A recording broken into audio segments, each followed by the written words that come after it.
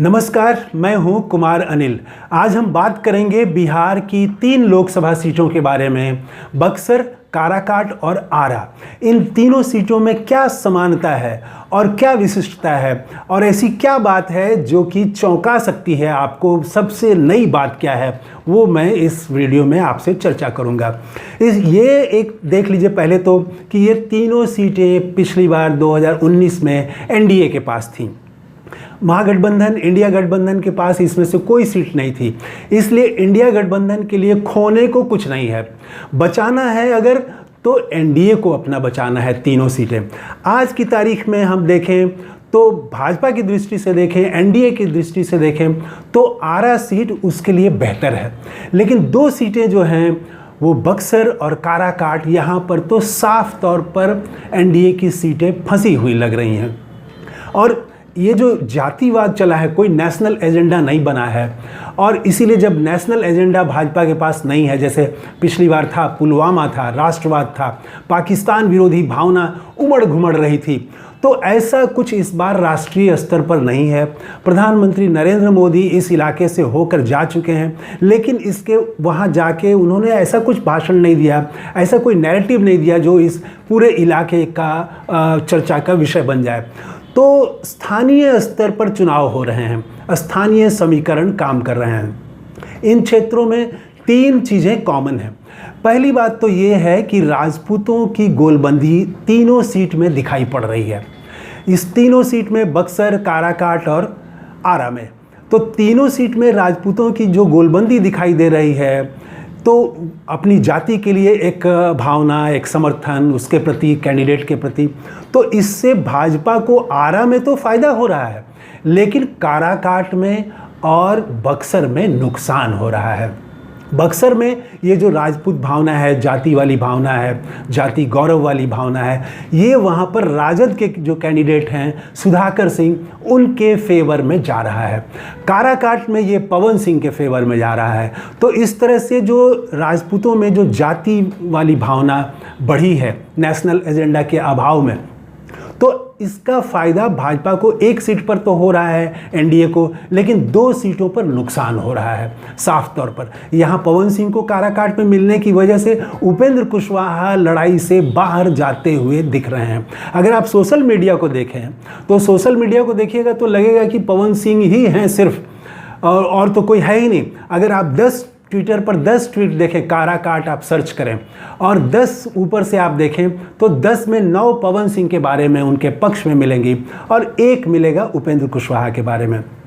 लेकिन ज़मीन पर ऐसी स्थिति नहीं है।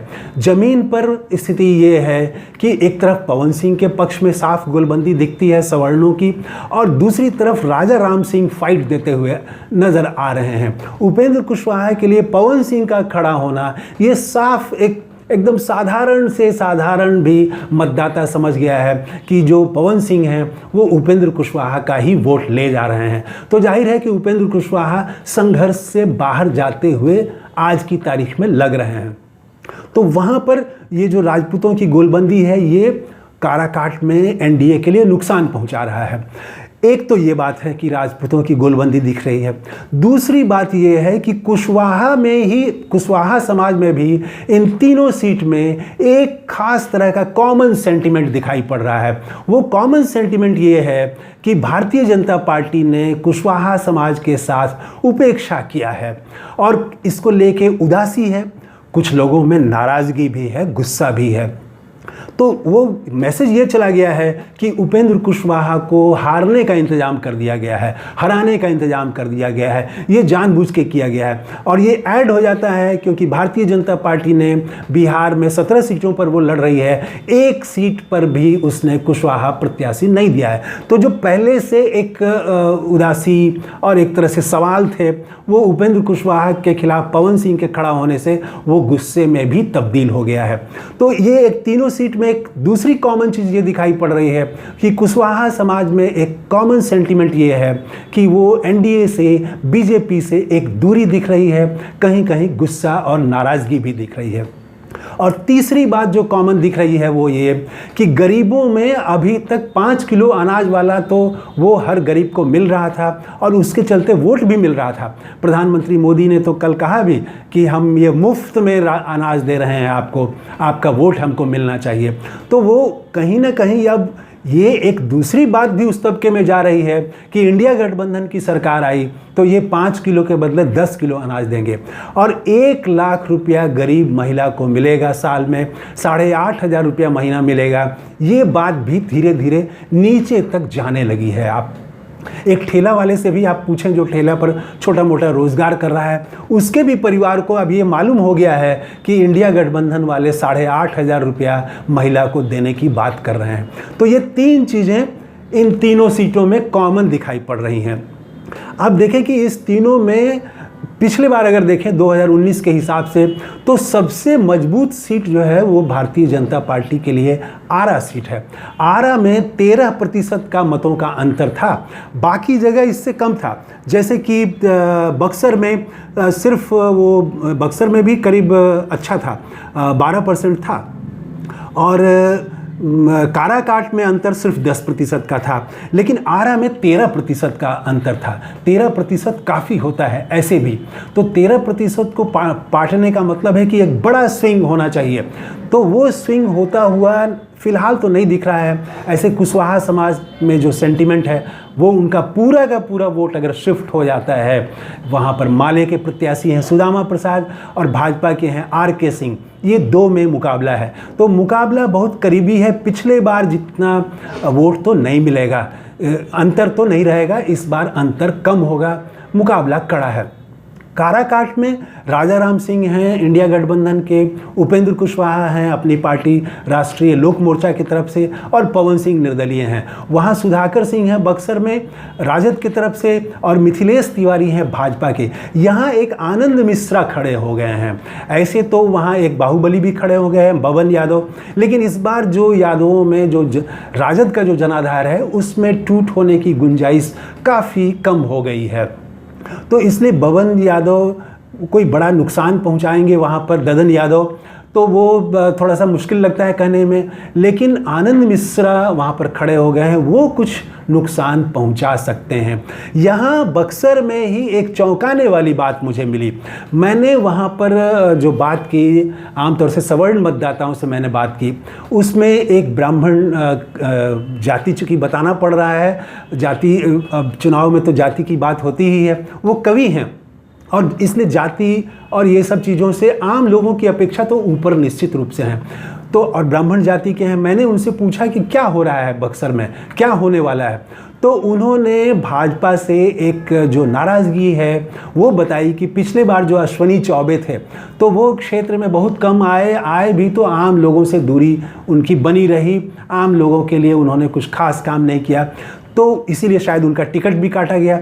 और मिथिलेश तिवारी जो आए हैं भाजपा के नए प्रत्याशी, ये भी गंगा के उत्तर के हैं, तो ये भी बाहर के हैं, ये मैसेज चला गया है। सुधाकर सिंह के बारे में है कि वो उसी इलाके के हैं, उसी क्षेत्र के हैं, उनसे मिलना आसान है और वो अक्खड़ स्वभाव के माने जाते हैं, साफ बोलने वाले माने जाते हैं। तो ये भी उनका एक आकर्षण, एक प्लस पॉइंट उनका बन रहा है कि ये आदमी धोखा नहीं देगा, ये साफ साफ बोलने वाला है, नीतीश कुमार से भी बोल के लड़ गया, किसानों की आवाज़ उठाने वाला है। तो एक पॉजिटिव सुधाकर सिंह की जो इमेज है, जो जनता से जिस तरह से उनका संबंध है, वो उनके लिए प्लस पॉइंट हो रहा है। और भाजपा के प्रत्याशी नए हैं, उनके बारे में लोग जानते भी नहीं हैं, ये नेगेटिव पॉइंट हो रहा है।